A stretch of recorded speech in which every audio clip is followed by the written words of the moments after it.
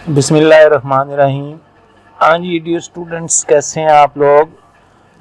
Debit credit rules पे दो question practice करते हैं जी, ताकि कॉन्सेप्ट जो है वो मज़ीद क्लियर हो जाए और वो जो डिफरेंट टर्मिनोलॉजीज़ हैं वो भी डिस्कस हो जाएं, या मतलब अगर पेपर में क्वेश्चन आता है तो वो किस तरह से नरेशन लिखी जाती है उसको क्लैरिफाई किया जा सके। तो अब सबसे पहली स्टेटमेंट हमने बात की थी, कोई बिजनेस जो है वो स्टार्ट करेंगे तो स्टार्ट ऑफ से ही हम ट्रांजैक्शंस को देखेंगे। Started in business with cash pound 8500। अब देखिए यहाँ पे ये बात याद रखनी है, हमने शुरू में बात की थी कि हम जो है वो बिजनेस के पर्सपेक्टिव से सोचेंगे।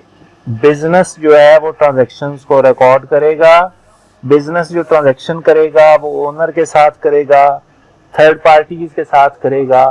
तो ये पहला जो स्टेप था डेबिट क्रेडिट रूल्स में, हमने ये देखा था acquisition of asset.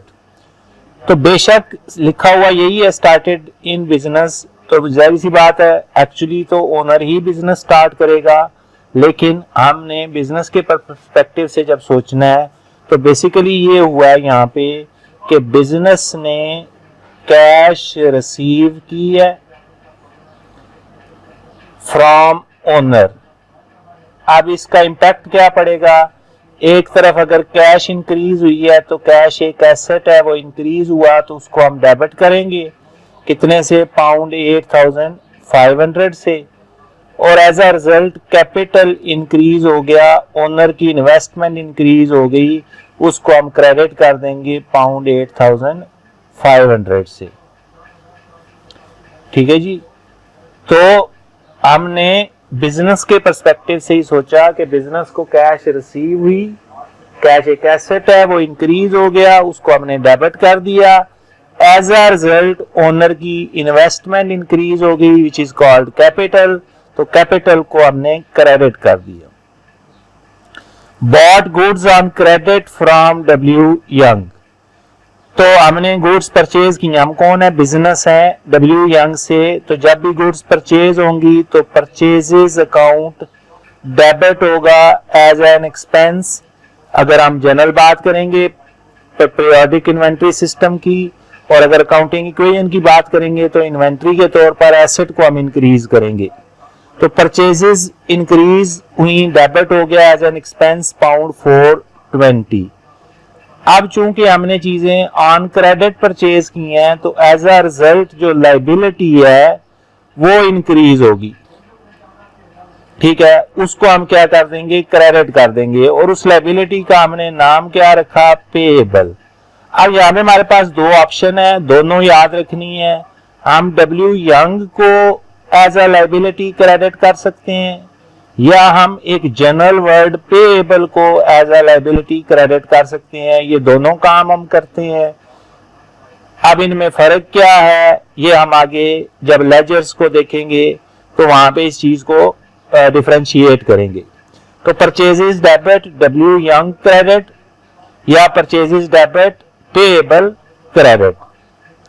Paid rent by cash, अब रेंट पे हुआ, ठीक है, तो हमारी ये अजम्पशन होती है कि जब जब ट्रांजैक्शन आपको इस तरह की दी होगी तो रेंट पे हो रहा है, तो इट मींस ये मंथ एंड पे हो रहा है, यानी कि हम सर्विसेज रिसीव कर चुके हैं। सर्विसेज रिसीव्ड का मतलब क्या है कि एक्सपेंस इंकर हो चुका है, तो रेंट को हम डेबिट कर देंगे एज एन एक्सपेंस पाउंड 210 से। और कैश एक एसेट है जो डिक्रीज हो गया है, कैश एसेट को क्रेडिट कर देंगे पाउंड 210 से। Paid 6000 of the cash of the business into a bank account। आपके पास कैश पड़ी थी, आप कौन, अगेन बिजनेस। हमेशा ये याद रखना है कि आपने अपने आप को क्या कंसीडर करना है, बिजनेस। तो आपके लिए ये काउंटिंग डेबिट क्रेडिट रूल समझना जो है वो आसान हो जाएगा। आपके पास जो कैश पड़ी हुई थी वो आपने बैंक में जमा करवा दी।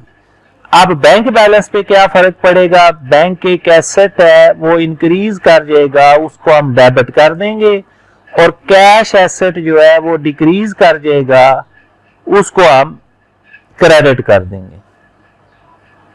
ठीक है, तो एक एसेट इंक्रीज हुआ, दूसरा एसेट डिक्रीज हो गया, बैंक एसेट इंक्रीज हुआ वो डेबिट हो गया, कैश एसेट डिक्रीज हुआ उसको हम क्या कर देंगे, क्रेडिट कर देंगे पाउंड 6000 से। क्लियर हो गया जी। Sold goods on credit to D Amber 192, हमने गुड्स सेल की, गुड्स प्रोवाइड की, गुड्स प्रोवाइडेड किया है, इनकम है और उस इनकम का नाम ही हमने क्या रखा था, सेल्स।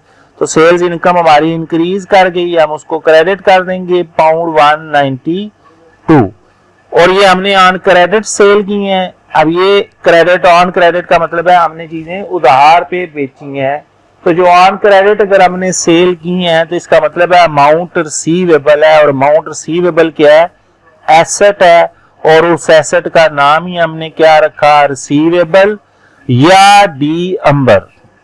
ये दोनों काम कर सकते हैं हम जी और दोनों ही करते हैं। ये एसेट इंक्रीज हुआ इसको हम डेबिट कर देंगे पाउंड 192 से। अब रिसीवेबल एक जनरल वर्ड है, वो कंट्रोल अकाउंट का हमारा टॉपिक है, वहां पे हम ये डिफरेंशिएट करेंगे कि इंडिविजुअल अकाउंट को हम डेबिट कब कर रहे होते हैं और रिसीवेबल कंट्रोल अकाउंट का कॉन्सेप्ट क्या है, उसको डेबिट क्यों कर रहे होते हैं। Bought stationery pound 25 paying by cheque, ठीक है जी।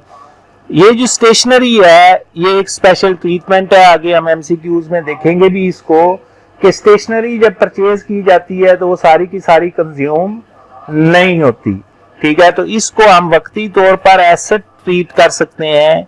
स्टेशनरी इन्वेंट्री जो है एक्सपेंस भी अगर ट्रीट करें तो तब भी बात वही है कि स्टेशनरी एक्सपेंस इंक्रीज हो गया या स्टेशनरी एसेट इंक्रीज हो गया, दोनों सूरतों में हम इसको डेबिट करेंगे।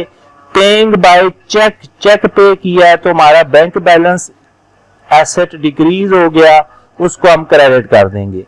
अब स्टेशनरी जो है उसको एक्सपेंस में अगर हमने एक्सपेंस ट्रीट किया हुआ है तो तब भी हमने ईयर एंड पे अगर हमारे पास कोई स्टेशनरी बची हुई है तो उसको हमने एडजस्ट करना है, उसको एक्सपेंस नहीं लेना, ठीक है। तो ये अभी पॉइंट इसलिए बता रहा हूं कि आगे इस पे काफी सारा स्टेशनरी पे, टूल्स पे, फ्यूल पे ये जो है कैलकुलेशन आती है कि हमने एक्सपेंस कितना ट्रीट करना है for the year. Cash sales, अब ये कैश सेल्स मतलब कि हमने गुड्स जो है वो कैश पे बेची हैं, नकद बेची हैं, तो कैश में मिली, कैश एक एसेट है वो इंक्रीज हो गया, उसको हम क्या कर देंगे, डेबिट कर देंगे और सेल्स इनकम इंक्रीज हो गई वो क्रेडिट हो जाएगी। Goods return by us to W Young, W Young से जो हमने चीजें खरीदी थी उसमें से पाउंड 54 की गुड्स जो है वो हमने वापस कर दी। जब खरीदी थी तो परचेजेस को डेबिट किया था, अब परचेजेस को क्रेडिट करेंगे लेकिन साथ में वर्ड रिटर्न लगा देंगे और इस पे मैंने डिस्कशन की है फॉर मैनेजमेंट पर्पस, ठीक है, कि हम ये रिकॉर्ड रखना चाहते हैं कि कितनी गुड्स हैं जो हमने परचेज की और बाद में हमें रिटर्न करनी पड़ गई। तो परचेज रिटर्न को क्रेडिट करेंगे और पेएबल हमारी जो लायबिलिटी है वो डिक्रीज होगी, पेएबल को डेबिट कर दें या डब्ल्यू यंग जो हमारी लायबिलिटी है वो डिक्रीज हो गई, तो लायबिलिटी जब डिक्रीज हो गई तो वो डेबिट कर दें। तो ये बेसिकली रिवर्स एंट्री हो गई, पहले हमने परचेजेस को डेबिट किया था और पेएबल को क्रेडिट किया था, अब रिवर्स हो गया, वापस चीजें चली गई तो परचेजेस जो है वो रिटर्न के साथ क्रेडिट हो गया और पेएबल डेबिट हो गया। फिर sold goods on credit to JR पर, तो ये ऊपर वाली ट्रांजैक्शन ही है जी, रिपीट हो रही है, तो सेल्स को हम क्रेडिट करेंगे एज एन इनकम और रिसीवेबल को या जेआर पर को, ठीक है, उसको हम डेबिट करेंगे कितने से, 212 से।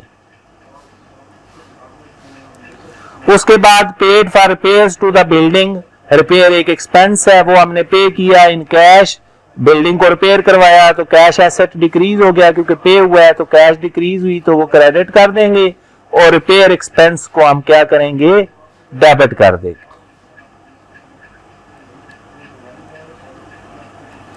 रिपेयर एक्सपेंस क्या हो जाएगा, डेबिट हो जाएगा।